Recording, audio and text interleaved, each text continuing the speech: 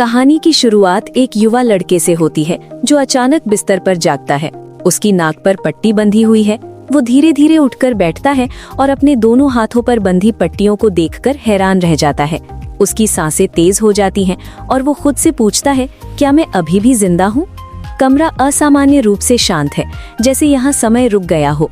वो चारों तरफ नजर दौड़ाता है, धीरे धीरे उठकर खिड़की की ओर बढ़ता है। बाहर झांकने पर उसे एक बड़ी इमारत दिखाई देती है जिस पर साफ लिखा है कैंपस मेडिकल हॉस्पिटल। मैदान में बहुत सारे छात्र इधर उधर टहल रहे हैं, कुछ हंस रहे हैं, कुछ बात कर रहे हैं। वो घबरा जाता है क्योंकि उसे साफ याद है कि दुनिया तो बर्बाद हो चुकी थी। वो तुरंत पास रखे आईने के सामने जाता है और अपना चेहरा देखता है। उसका चेहरा जवान है, वैसा ही जैसा उसके यूनिवर्सिटी के दिनों में था। उसे समझ आते देर नहीं लगती कि वो 10 साल पीछे अपने कॉलेज के समय में लौट आया है। तभी अचानक उसके सामने हवा में एक डिजिटल सिस्टम स्क्रीन प्रकट होती है। स्क्रीन पर लिखा होता है power of gluttony fusion complete. वो मेज पर रखा फोन उठाता है। फोन की स्क्रीन पर तारीख चमक रही है 16 मई 2157। वो स्तब्ध खड़ा रह जाता है। उसे एहसास होता है कि वो उस समय में वापस आ गया है जब पहले डेमन किंग के आने में अभी 3 साल बाकी हैं। वर्ष 2160 में डेमन किंग रॉथ प्रकट हुआ था। जमीन फट गई थी और उससे विशाल बैंगनी टेंटिकल्स निकलकर पूरे शहर को तबाह कर रहे थे। रॉथ ने नरक के द्वार खोल दिए थे और कई अन्य डेमन किंग इंसानी दुनिया में प्रवेश कर गए थे। पूरी दुनिया आग और खंडहरों में बदल गई थी। मलबे के बीच एक काली परछाई खड़ी थी जो अपनी बाहों में एक निष्जीव शरीर पकड़े हुए थी। वो खुद था, सी चेन। उस युद्ध में उसने सब कुछ खो दिया था। अब अतीत में वापस आकर वो अपनी खुली हथेलियों को देखता है और धीरे धीरे मुट्ठी भींच लेता है। उसकी आंखें लाल चमक उठती हैं। वो कसम खाता है कि इस बार वो रॉथ को जरूर हराएगा और नरक के दरवाजे खुलने से पहले ही भविष्य बदल देगा।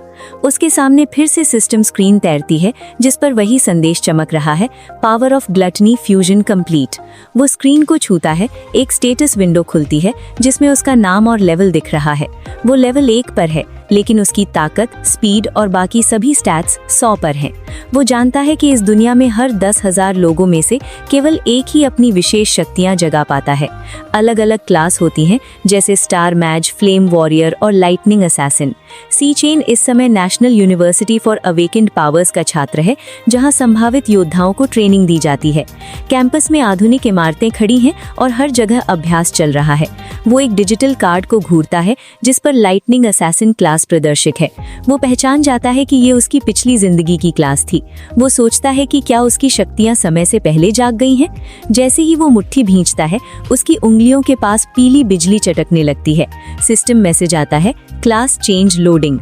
तभी दरवाजा खुलता है और माँ लॉन्ग अंदर आता है। उसने चश्मा और भूरा स्वेटर पहना है। सिस्टम टेक्स्ट बॉक्स उसे ई रैंक फ्लावर चैंटर बताता है। माँ लॉन्ग हैरान होकर कहता है कि कल तो उसे बहुत बुरी तरह पीटा गया था। वो सी चेन की बाह छूता है और देखता है कि सारी चोटें गायब हैं। सी चेन अपने दोस्त को देखता है और याद करता है कि भविष्य में डेमन हमले के दौरान माँ लॉन्ग जल्दी ही मारा गया था। माँ लॉन्ग चश्मा ठीक करते हुए पूछता है, क्या वो अचानक मजबूत हो गया है? फिर उसे याद आता है कि कल रैंकिंग टेस्ट है। वो सी चेन को पकड़कर दरवाजे की ओर खींचता है और कहता है कि उन्हें तैयारी करनी चाहिए। दोनों तेज ढलते सूरज की रोशनी में कैंपस पार करते हैं। दूसरे छात्र बास्केटबॉल और फुटबॉल खेल रहे हैं।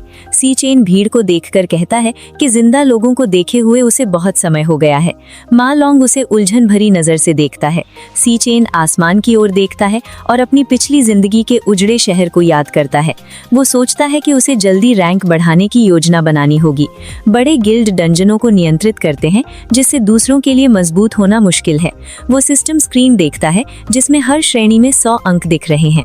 वो ई से एस तक की रैंक चार्ट को देखता है और जानता है कि अधिकतर छात्र कभी ई रैंक से ऊपर नहीं जा पाते। तभी एक बास्केटबॉल हवा में उड़कर सीधे माँ लॉन्ग के चेहरे पर लगता है।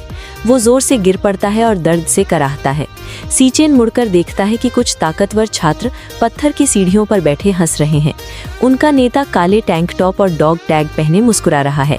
वो ताना मारता है कि वे पिछली चोटों से जल्दी ठीक हो गए। वो कहता है कि दोनों लड़के काफी दर्द सह सकते हैं। वो घमंडी अंदाज में पूछता है कि वे उसके लिए ड्रिंक्स के केस क्यों नहीं लाए। मा लॉन्ग सिर झुका लेता है और कहता है कि वो अभी जाकर ले आता है। सी चेन एक हाथ जेब में डाले शांत खड़ा रहता है। वो मा लॉन्ग को रोकता है और कहता है कि गलती उनकी नहीं है, बल्कि गुंडों को माफी मांगनी चाहिए। उसकी आंखों के सामने अतीत की यादें उभरने लगती हैं, जब इन्हीं छात्रों ने उसका सिर पानी से भरे सिंक में डुबो दिया था। वो हवा के लिए तड़प रहा था और मा लॉन्ग फर्श पर बैठकर डर के मारे कांप रहा था। नेता मुस्कुराते हुए कह रहा था कि वो उसकी सुप्त शक्तियों को जगाने में मदद कर रहा है। दूसरे छात्र दरवाजे पर खड़े हंस रहे थे। सी चेन बेहोश होकर गिर पड़ा था और वे उसे वहीं छोड़कर चले गए थे। वर्तमान में गोंग चेंग उसे उलझन से देख रहा है। मा लॉन्ग पीछे कांप रहा है। गोंग चेंग अपनी शक्ति सक्रिय करता है और उसका दाहिना हाथ चमकते हरे पत्थर में बदल जाता है। वो ई रैंक फ्लावर वॉरियर है। सी चेन लाल चमकती आंखों से उसे देखता है। वो जानता है कि गोंग चेंग सिर्फ इसलिए दबंग है क्योंकि उसका बड़ा भाई छात्र परिषद का अध्यक्ष है। दूर खड़े छात्र उन्हें स्कूल के सबसे बेकार छात्र कहकर हंस रहे हैं। गोंग चेंग गुस्से में चिल्लाता है और पत्थर का मुक्का सी चेन की ओर घुमाता है। सी चेन वहीं खड़ा रहता है और हाथ उठाकर वार रोक लेता है। तेज रोशनी चमकती है और जोरदार आवाज गूंजती है। सी चेन अपनी जगह से हिलता तक नहीं। गोंग चेंग दर्द से अपना हाथ पीछे खींचता है। छात्र हैरान रह जाते हैं। सी चेन की उंगलियों के पास पीली बिजली चमकती है। डिजिटल स्क्रीन पर शब्द उभरते हैं, जॉब स्विचिंग, फिर जॉब स्विच कंप्लीट। वो लेवल 1 इलेक्ट्रिक असैसिन बन जाता है। उसके शरीर से बिजली की लपटें निकलती हैं और उसकी आंखें सुनहरी चमकने लगती हैं। उसकी स्पीड और ताकत कई गुना बढ़ जाती है। Gong Cheng indestructible demon armour सक्रिय करता है और उसका हाथ और बड़ा होकर कांटों से भर जाता है। वो अंतिम वार के लिए झपटता है। सी चेन झुककर उसके नीचे से निकल जाता है और बिजली से भरा मुक्का उसकी ठोड़ी पर मारता है। गोंग चेंग हवा में उछलकर दूर जा गिरता है। छात्र चीख उठते हैं। गोंग चेंग खून से लथपथ उठने की कोशिश करता है और मदद के लिए चिल्लाता है। सी चेन बिजली से घिरा ट्रैक के बीच खड़ा है। गोंग चेंग आखिरी बार हमला करने को कूदता है, लेकिन सी चेन उसका हाथ पकड़कर उसे बिजली की गड़गड़ाहट के साथ जमीन पर पटक देता है। जोरदार धमाका होता है और धूल का गुबार उठता है। गोंग चेंग बेहोश हो जाता है। सी चेन अपना स्टेटस देखता है और पाता है कि वो अब भी लेवल 1 पर है। उसे समझ आता है कि इंसानों को हराने से अनुभव अंक नहीं मिलते। वो बिजली की धारदार तलवार बनाकर गोंग चेंग के पास बढ़ता है। तभी छात्र परिषद की उपाध्यक्ष लिंग यू आती है और उसे रोक देती है। वो कहती है कि सजा काफी है। सी चेन गंभीर नजर से उसे देखता है और पीछे हट जाता है। रात में तेज बारिश के बीच वो 100 किलो वजन उठाकर 20 किलोमीटर दौड़ लगाता है। उसे याद आता है कि भविष्य में उसकी बहन सी यून को रॉक ने मार दिया था। उसका फोन बजता है। सी यून कॉल कर रही है। वो कॉल उठाता है। उसकी बहन पूछती है कि उसने आज कई बार फोन क्यों किया। वो बताती है कि वो प्रतियोगिता में थी और अगर जीत गई तो किराया भर पाएंगे। सी चेन चुप रहता है और बस उसकी आवाज सुनता है। वो दुख भरी मुस्कान के साथ कहता है कि बस उसकी आवाज सुननी थी। कॉल खत्म होने के बाद वो फिर दौड़ना शुरू कर देता है। डॉम लौटकर वो शावर में अपने प्रतिबिंब को देखता है और समझता है कि उसे अपने युवा शरीर के साथ तालमेल बिठाना होगा। सोते समय लाल सिस्टम संदेश प्रकट होता है। सिस्टम बूटिंग, फिर ग्लटनी सिस्टम स्टार्ट। वो खुद को लाल और गुलाबी शून्य में गिरता पाता है और एक लाल जल सतह पर उतरता है। सामने कांटों से ढका विशाल टावर बैंगनी आसमान में खड़ा है। अंधेरे से खोपड़ी जैसे सिर वाले ई रैंक डेथ हाउंड निकलते हैं। वो लाइटनिंग असैसिन बनकर उन्हें तेजी से मार देता है। उसे अनुभव अंक मिलते हैं और वो लेवल 2 फिर 3 पर पहुंच जाता है। एक विशाल बॉस हाउंड प्रकट होता है। वो उसे भी मार देता है और 320 एक्सपी पाता है। स्क्रीन पर डिवोरेबल लिखा आता है। वो राक्षस को अवशोषित करता है और फ्रॉस्ट फिजिक नाम की नई क्षमता पाता है, जिससे ठंड में प्रतिरोध बढ़ता है। अब उसके पास 2 क्लास हैं, लाइटनिंग असैसिन और फ्रॉस्ट क्लाउन वॉरियर। वो दूर खड़े विशाल कांटेदार टावर को देखता है। तभी बैंगनी आग में एक एस रैंक बॉस प्रकट होता है। वो खुद को पर्गेटरी राक्षस बताता है और कहता है कि वो लंबे समय से उसका इंतजार कर रहा था। भयंकर युद्ध शुरू होता है। सी चेन उसकी हर चाल का विश्लेषण करता है और समझता है कि हर वार से पहले 0.4 सेकंड का समय और वार के बाद 0.2 सेकंड की कमजोरी है। वो बिजली से वार कर उसे कुछ पल के लिए पंगु बना देता है और लाइटनिंग गॉड स्किल सक्रिय कर भागने की कोशिश करता है, लेकिन निकास एक भ्रम साबित होता है।